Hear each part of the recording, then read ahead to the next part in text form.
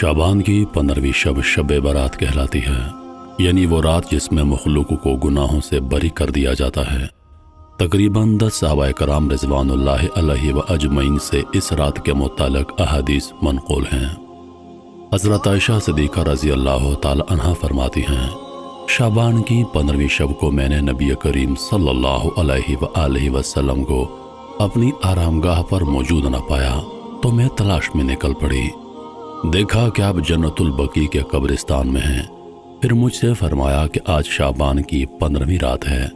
इस रात में अल्लाह ताला आसमानी दुनिया पर नज़ुल फरमाते हैं और कबीले बनी कल्ब की बकरियों के बालों की तादाद से भी ज़्यादा गुनहगारों की बख्शिश फरमाते हैं। दूसरी हदीस में है, इस रात में इस साल पैदा होने वाले हर बच्चे का नाम लिख दिया जाता है।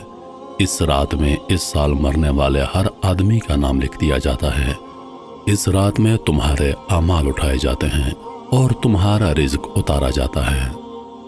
इसी तरह एक और रिवायत में है कि इस रात में तमाम मखलूक की मग़फ़िरत कर दी जाती है सिवाय 7 लोगों के। वो ये हैं, मुशरिक, वालदैन का नाफरमान, कीना परवर, शराबी, कातिल, शलवार को टखनों से नीचे लटकाने वाला और चुगलखोर। इन 7 अफराद की इस अजीम रात में भी मग़फ़िरत नहीं होती जब तक कि ये अपने जराइम से तौबा न कर लें। हज़रत अली रज़ी अल्लाह ताला अन्हु से एक रिवायत में मनक़ूल है कि इस रात में इबादत किया करो और दिन में रोज़ा रखा करो। इस रात सूरज गुरूब होते ही अल्लाह ताला अपने बंदों की तरफ मुतवज्जो होते हैं और ऐलान होता है, कौन है जो गुनाहों की बख्शिश करवाए, कौन है जो रिस्क में वुसअत तलब करे, कौन है मुसीबत ज़दा कि मैं उसकी मुसीबत को दूर कर दूं, कौन है छुटकारा हासिल करने वाला। इन अहादीस करीमा और सहाबाए कराम और बुजुर्गान दीन के अमल से साबित होता है कि इस रात में 3 काम करने हैं। कब्रिस्तान जाकर मुर्दों के लिए इसाले सवाब और मग़फ़िरत की दुआ की जाए। लेकिन याद रहे कि नबी करीम सल्लल्लाहु अलैहि व आलिहि वसल्लम से सारी हयात मुबारका में सिर्फ एक मरतबा शब बारात में जन्नतुल बकी जाना साबित है।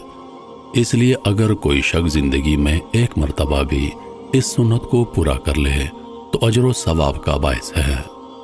लेकिन फूल, पत्तियाँ, चादर चढ़ावे और चरागां का एहतमाम करना और हर साल जाने को लाजिम समझना, इसको शब बारात के अरकान में दाखिल करना ये ठीक नहीं।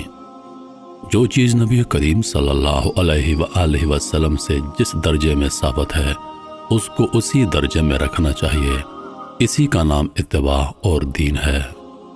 इस रात में नवाफल, तिलावत कुरान पाक, ज़िक्र व अज़कार का एहतमाम करना। इस बारे में यह वाज़ेह रहे कि नफल एक ऐसी इबादत है जिसमें तन्हाई मतलूब है। यह खलवत की इबादत है। इसके ज़रिए इंसान अल्लाह ताला का कुर्ब हासिल कर लेता है।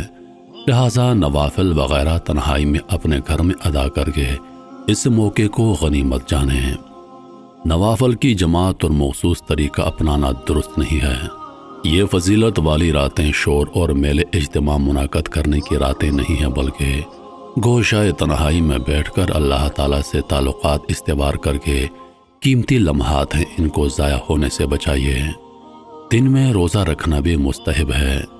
एक तो इस बारे में हज़रत अली रज़ी अल्लाह ताला अन्हु की रिवायत है और दूसरा यह कि नबी करीम सल्लल्लाहु अलैहि व आलिहि वसल्लम हर माह अयाम बैज़ के रोज़ों का एहतमाम फरमाते थे। लिहाजा इस नीयत से रोज़ा रखा जाए तो मुअज्जब और अजर व सवाब होगा। बाकी इस रात में पटाखे बजाना, आतिशबाजी करना और हलवे की रस्म का एहतमाम करना, ये सब खुराफात में शामिल हैं। शैतान इन फजूलियात में इंसान को मशगूल करके अल्लाह की मग़फ़िरत और इबादत से महरूम कर देना चाहता है और यही शैतान का असल मकसद है। बहरहाल इस रात की बहुत बड़ी फजीलत है और सालिहीन ने इस रात की फजीलत से फ़ायदा उठाया है। अल्लाह पाक हम सब को समझने और नेक अमाल करने की तौफीक अता फरमाए।